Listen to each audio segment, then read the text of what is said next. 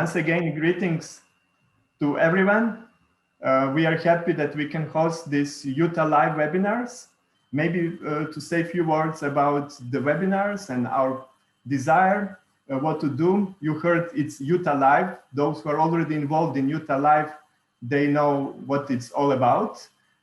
Youth Alive is a program or initiative that is designed to build resilience among teens and young adults by inspiring and equipping them to make good choices, good life choices, healthy choices. So basically, it's about helping young people to build resilience. And one important aspect is working in friendship groups, working through small groups environment. So, except helping Youth Alive leaders, those who are already working with Youth Alive, these webinars, I guess, can help anybody who is working with youth or in small group environment, Sabbath school environment, or generally working with a group of people. Because one of the main things how to help young people to build resilience is to build a healthy environment. And one aspect of a healthy environment is creating a caring community.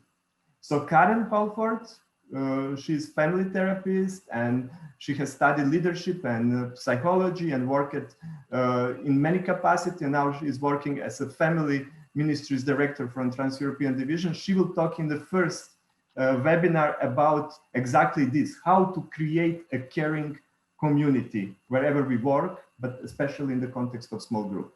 After that, we will have Daniel Duda talking about how to involve the church members in mission, how to have as many people as possible involved, using different evangelistic styles and finding creative ways to involve members in mission. Daniel, as you know, is Adventist and Global Mission Director at the Trans-European Division with a lot of experience in many aspects of the work. So we welcome both Karen and Daniel. So let me pray before we start, and then I give time to Karen. Dear Heavenly Father, we thank you that you are great God, God who is caring, who is the one who wants us to grow in every aspect of our life. You want us to be positive in our lives, not to have negative habits or negative things around us. And you know that a positive, caring community, it's something that's important for us to become stronger in following you and in being healthy in a holistic way. And we pray that you will bless us as we are following these presentations. May your Holy Spirit also help us to see how we can apply these principles in our context. In your name we pray. Amen. Amen. Well, thank you for coming. And as Zlatko said, I'm talking about creating a caring community. That's kind of a challenge because as I was thinking about it, I was thinking that each one of us likes to be cared for in different ways at different times. So it's very complex. There's no one way to care. We have to grow to know each other, to know the context of each other's lives, and to even ask sometimes, how can I care for you? I'm really not quite sure how to, but I want to. So there's an enormous variety of ways in which we can care for each other and an enormous variety of ways in which we can create a caring community. But I'm just going to go through some things that I have found helpful, and I hope that you might find them helpful too. And I really enjoy it when people share their suggestions with me. So how are you creating a caring community where you are? What are you doing? And how can we learn from each other? Before we can build a caring community, we really need to understand what that means. What does caring mean to the people who are part of that community? And we also need to understand what it means to be a Christ-centered community. So we need to understand these two things, what caring means and what a community means. And Paul has written us some really useful information. When I think of Paul, I think of this itinerant missionary. He's traveling around, creating churches, and often a very small length of time, maybe a few weeks. And he comes to a community and shares Jesus with them and builds a church on the spot. And so he really needs to give good guidance to the people in that community so that they can create a sustainable church with healthy relationships. And Romans 12 for me is a really, it's like the essence of being a community and how to care, all in just one chapter. It's like Paul's quick guide for caring communities. And I wonder whether he kind of shared this information with many of the churches that he visited and the communities that he set up. I'm not going to read the whole of that chapter here and now, but if you turn to Romans 12, you will find that it starts saying that we are all parts of the body of Christ. When one part hurts, everybody else in the body feels it and wants to help make that feel better. And all the parts of the body work together to create a whole body that it can be healed and that can care for all the other parts. And so that gives me an idea of what it means to be a caring community, a Christ-centered community, that we're all connected. We cannot be disconnected. It's not good for any of us to be alone. We need to be connected with the community, because if a part of the body is not connected to the body, it cannot be healed by the body and it cannot be helped by the body. It's broken. We're all uniquely created and spiritually gifted to bless the communities in which we find ourselves. That's the second part of Romans 12, about spiritual gifts. And God has gifted each person to bless their community in different ways. And we need to discover what those ways are and use those gifts, because they're given to us to share with each other so that we can care for each other, we can become stronger, we can grow in our faith, and we can be a whole and healing and healed community. And finally, at the end of that chapter, just in case we're not quite sure how to care for each other, Paul gives a list of really important relational principles that will actually help every community to be stronger and more caring when we put them into practice. So let's have a look at what some of these are. So these are some caring principles taken from Romans 12, 9 to 18, and I've used the words from the Message Bible by Eugene Peterson. So the words on the color are just taken straight from the Bible, and then I've summed them up in the words on the left in the white boxes. So love from the center of who you are. Don't fake it. Love genuinely. If it's hard to love, we need to experience God's love in our heart first, because we love because he first loved us.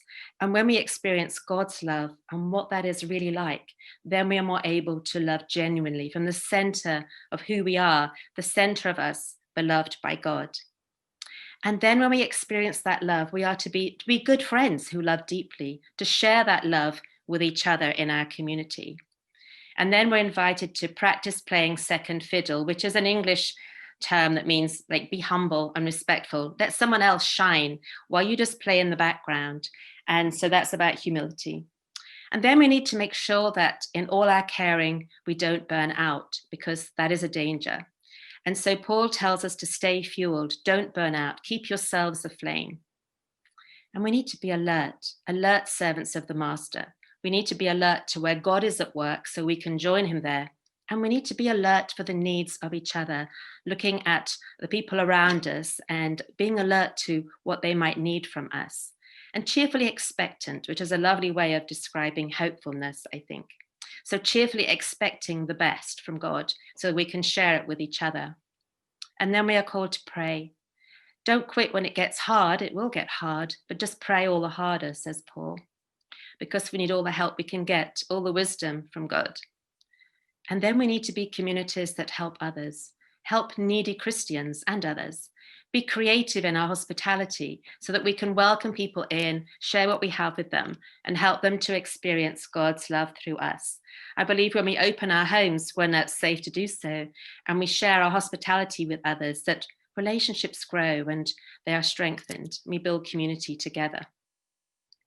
And then Paul says, bless your enemies, no cursing under your breath. So bless the people you find difficult, because in every group and community, there are those people that can really annoy you. So how do we bless them? How do we show love to them and grace to them, even when we find them difficult to live with at times? And then he says, laugh. Laugh with your happy friends when they're happy, because laughter is important to relationships. And share tears, because when times are sad, we need to not be alone. We need to know that other people are around us and they care for us. And we can share tears when one of us is down. That's so important. It's part of being a caring community in a broken world, mourning with those who mourn. And then Paul says, accept others, get along with each other. Don't be stuck up. Don't be proud and arrogant. Get along with anyone, whoever they are, and welcome them. Make friends with nobodies and don't be the great somebody. Just treat everybody equal in the sight of God and bless them and help them to become part of your caring community. Don't hit back. Discover beauty in everyone. And I think that's a really important principle because there is God's image in each person.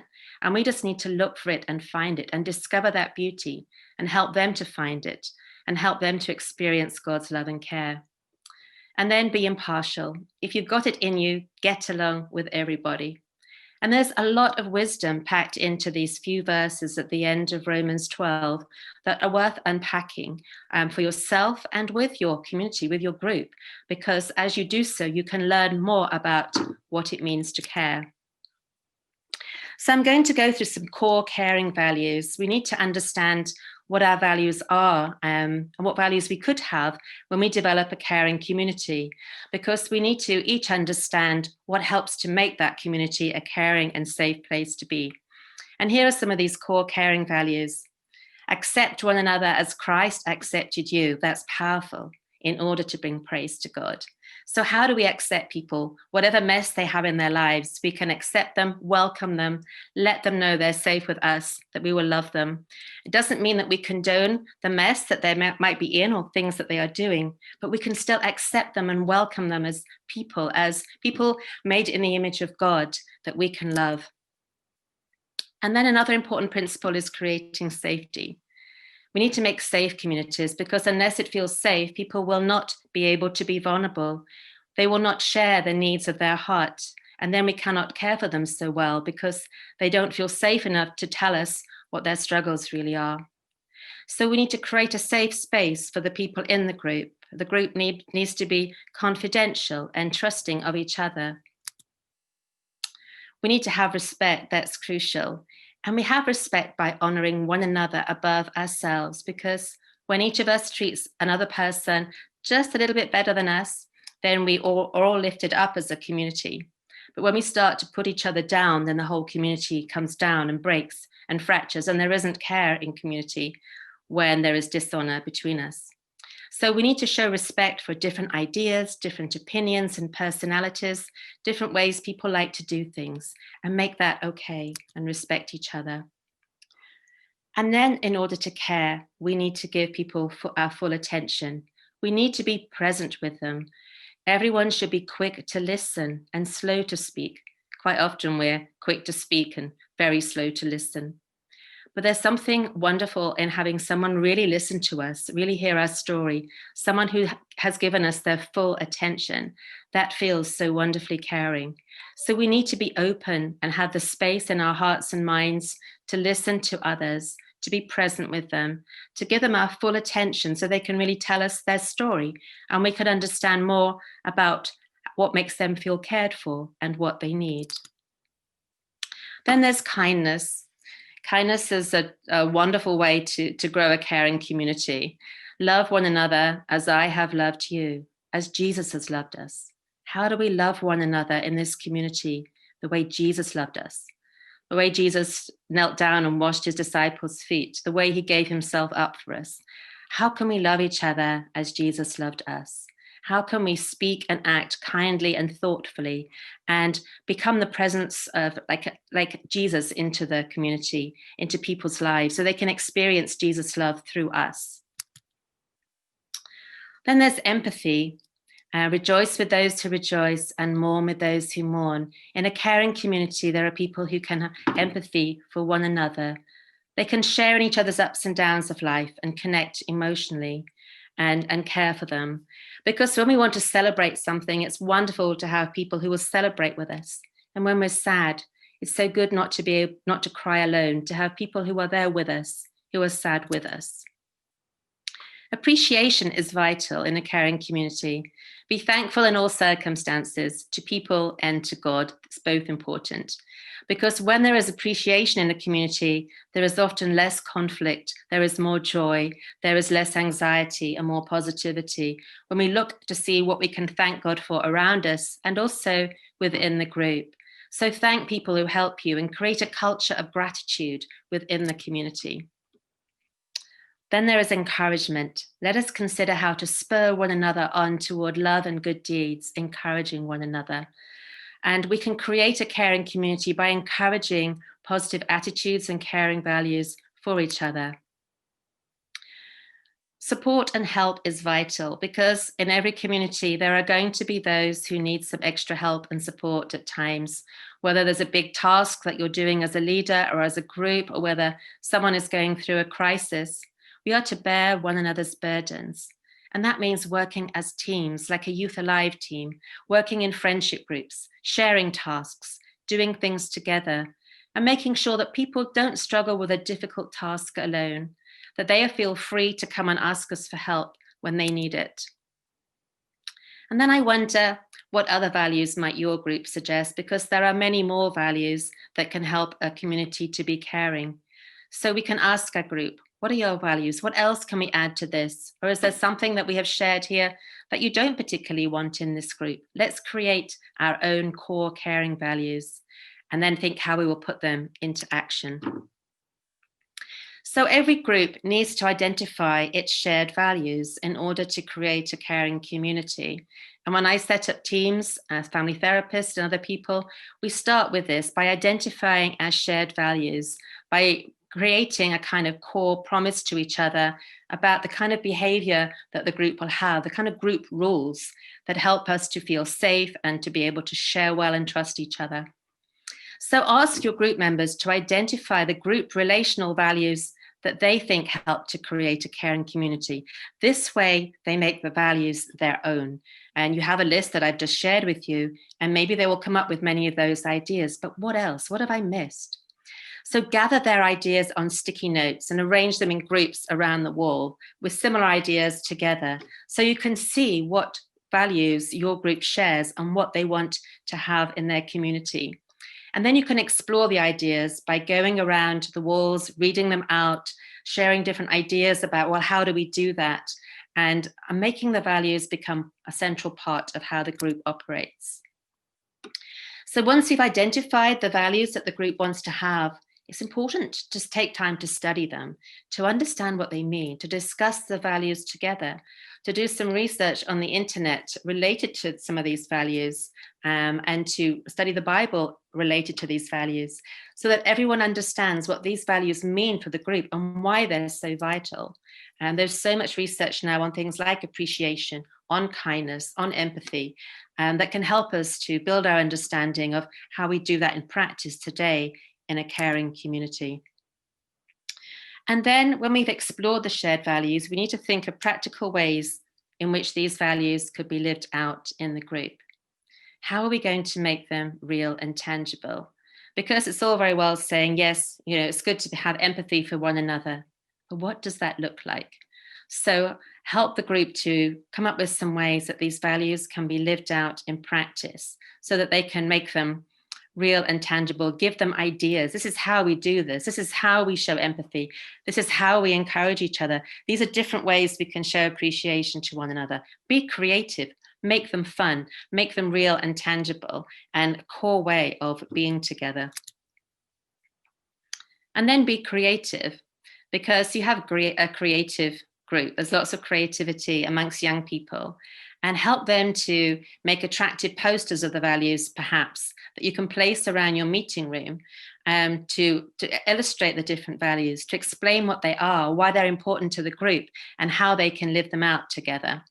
Because then they have a constant reminder around the walls, around the community, about what are we doing here?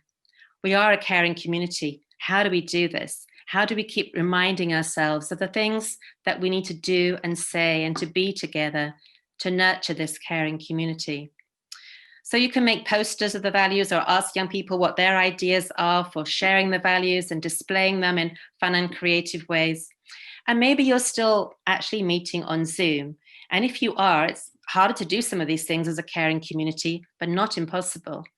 And perhaps you can make a PowerPoint of the different values that you have chosen as a community, and make a PowerPoint that you can loop in a Zoom break. You can even spend some of your meetings on Zoom discussing some of these different values and creating things related to the values that you can show on the screens, and each person can make something different or tell stories together about what the values mean to them. So the more work we do on what these values are and how we live them out, it can be more transformative to the members of the community, and the caring can be shared. It's not just the leader doing all the caring. What we want to create is a place where everyone is caring for everyone, and the leaders themselves are being cared for by the group. So new people will join your group, and what do you do then? Because they haven't been part of that development of the core values.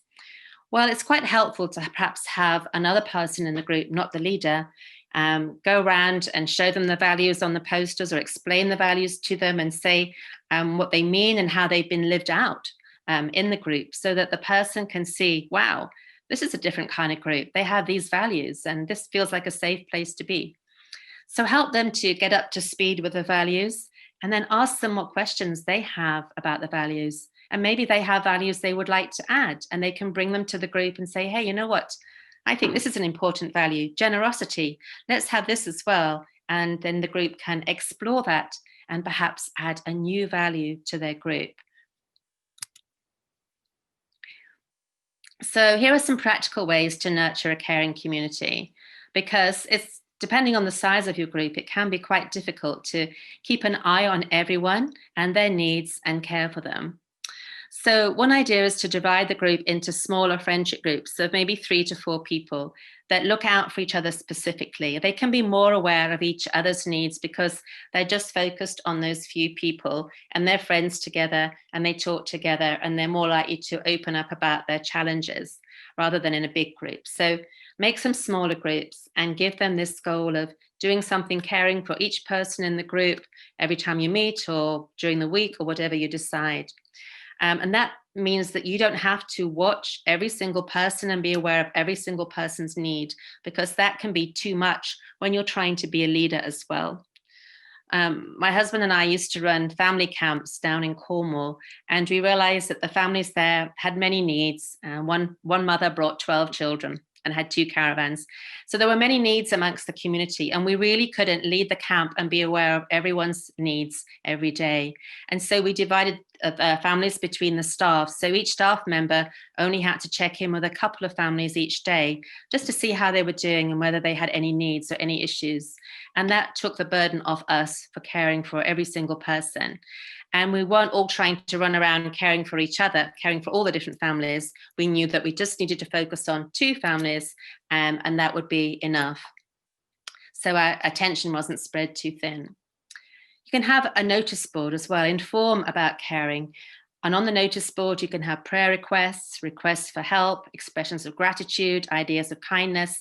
So by what you put on your notice board, you can convey that you're a caring community. You can notice what is on there. You can see the prayer requests and perhaps read the needs that are hidden behind them. But also have positive affirmations on there, the expressions of gratitude, kindness ideas. At Youth Alive, I think there was something called a shout out wall, and people would put on there, when they noticed someone had done something well, they would put it on the shout out wall. And you can have that kind of wall or information space or notice board in the place where you have your caring community, or online in some kind of safe, protected way as well. And then involve the group in projects that care for others in the town or the neighborhood to grow a culture of generous caring, because we want to help people to get excited about caring, to see how important it is to care. And when the group is involved in caring for others in the town, then they learn more about what it means to care, and to care for others who are struggling and to meet their needs. And I'm sure Daniel will talk more about that in his seminar. So other ways that we can do to help us is allocate someone to help us watch what's happening in the group so that people are not left out. Sometimes when we're leading, we're so busy being involved in the current task that we can't really keep an eye on everyone around. And you might see that someone has slipped away into a corner or is hiding in the kitchen somewhere. And maybe they have a need. Maybe they're just an introvert like me and they just need some space. But sometimes they're there because they don't really feel ready to be part of the group. They're struggling with something, and it's all too much to be part of a big, lively, happy group. So make sure there's someone there to help you watch what is happening to each person, so that you can notice those who are quietly slipping to one side or maybe even slipping away. And someone who can notice who hasn't come and reach out and be in touch with them, so that they're connected with even during the week, and find out why they're not there and if there's something you can do to help them. Social media is a great way to stay connected with the group, so that caring can happen between the meetings and people can say what they need, ask for help, share their ups and downs together, so that there can be a caring connection on social media. It's also really important to make space for one-to-one conversations with different group members, so that you can really listen to them and get to know them. So go and have a drink together, or find space during a meeting time to have a chat, or over the snack time, but really get to listen to each person and know them, so that you can know what gifts they have and skills to share to care for others, and also what struggles they might be having that you can perhaps help them with and support them through. It's important to have trusted leaders of both genders, so that people have someone of their own gender to talk to when they have a need. And this can be really helpful, because when you start to get involved in other people's lives, it's best if that can be done with single gender relationship, so that there aren't different relational conflicts. Special care. We need to recognize when someone needs specialist caring, because sometimes people in the group have a really special need. Maybe a mental illness, maybe something else in their life, maybe a physical need, a health issue, or an addiction. And sometimes people can need so much care, they can take up a lot of our time, and we can end up being burnt out, or being too absorbed in one person. So if you recognize that someone needs specialist caring, then go along with them, support them in finding the help that they really need, because you don't have to be the one to meet all the needs and do all the caring. It's also important to maintain healthy boundaries around your caring for others, and let others take care of you too, because in a caring community, that needs to go both ways. The leaders need care from the members, and the members need care from the leaders, and everyone needs to be caring for each other in order to create a positively caring community. Some groups find it useful to have like group check-ins. So in the small groups, you might have a big friendship group, but you're divided into groups of 3 or 4 in smaller groups. And it's good to have some kind of check-ins every week, a caring routine, some sample sentence starters. This is just one idea, but it can be a useful way to help people talk about things they might not otherwise talk about. And they're free to choose what they talk about. So some of these ideas might be: one of the happiest moments of my week was. One of the saddest moments of my week was. A challenge I faced this week was. A moment of wonder I experienced was. Something that surprised me or that I learned this week was. And a prayer request I have this week is. So this helps people to talk about the things they want to celebrate, the things that they might be struggling with, moments of wonder. All these are ways to find a way to connect with others in our lives and check in with how people are doing. So how can leaders help to shape a caring group? Because actually you're the ones who help to set the tone, that help to create the culture within the group that's a caring culture. And first of all, as leaders, we need to believe that creating a caring community is an important responsibility of a leader. You can help to set the tone. You can help to guide the group into its core values, and keep caring as a core part of your ethos as a group. So you need to believe that this is really important, and that's an important responsibility for you to create a caring community, to help maintain it, to notice when it might be less caring than it was, to challenge when you need to challenge, to strengthen the areas that need strengthening, so the group can remain caring and positive.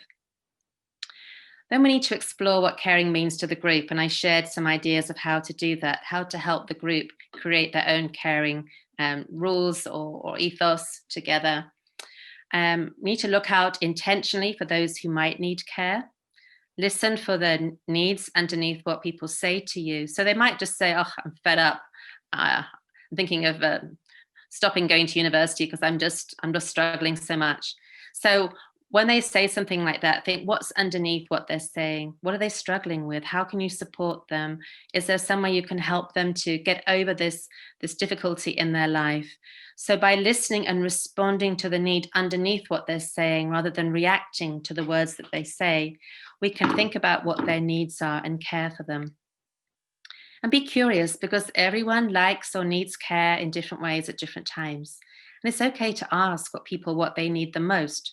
So when they share with us a crisis that they're having or a struggle, say, I really want to care for you in the best way possible. What could we do as a group to show you that kind of care right now? You don't have to have all the answers yourself. Just ask, be curious, and find out what they say. And then when you do know what somebody needs, then respond. Do something practical to show you care. Encourage group members to show care for each other. It's not rocket science, it's very simple, but actually as a leader, there are things that we can be intentional about to make sure that we create and sustain a caring community.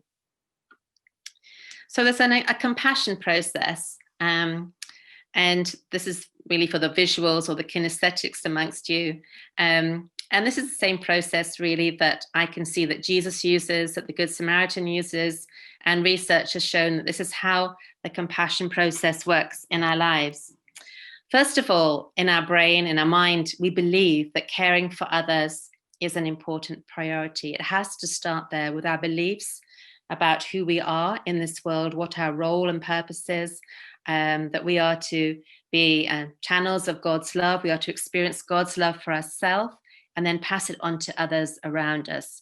And if we believe that caring for others is an important priority for ourselves as Christians, as human beings, then that's where the compassion process starts, in that belief that caring for others is important, and I can do that. I have a responsibility, a purpose to care for others.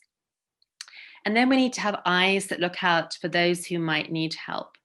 And Jesus did this amazingly. He was always looking out the corner of his eye to the person that nobody else was seeing, like Zacchaeus up a tree, or a woman on the edge of a crowd, or a blind man who is sitting down and hasn't made his way into the crowd.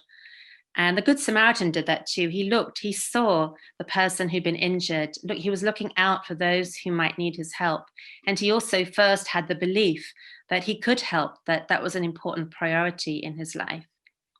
And then we need to have ears that listen out for cries for help underneath what people are saying to us, to reinterpret their words and listen for those cries. Then we need to have a heart that is connected with emotions and show empathy, that when someone is sad, we need to be sad with them. When they rejoice, we should rejoice with them. We need to join them in whatever they're experiencing. And that opens us up, that makes us vulnerable at times. But we need to connect with their emotions, show that we understand and care for them, and that their experience has touched our life in some way. And then we need to put something into action, do something helpful, caring to relieve suffering, just as Jesus did and the Good Samaritan and many people. And unless we do something with our compassion and it becomes practical and action-based, then we can have all the compassion in our heart. But if no one else feels that, then it has not made a difference at all. So our compassion needs to start in our belief. We need to keep looking and listening and opening up our heart to hear the cries of others, and then use that to help us do something practical to relieve the suffering, or help others to relieve the suffering when it's more than we can do, or we need to put our focus somewhere else.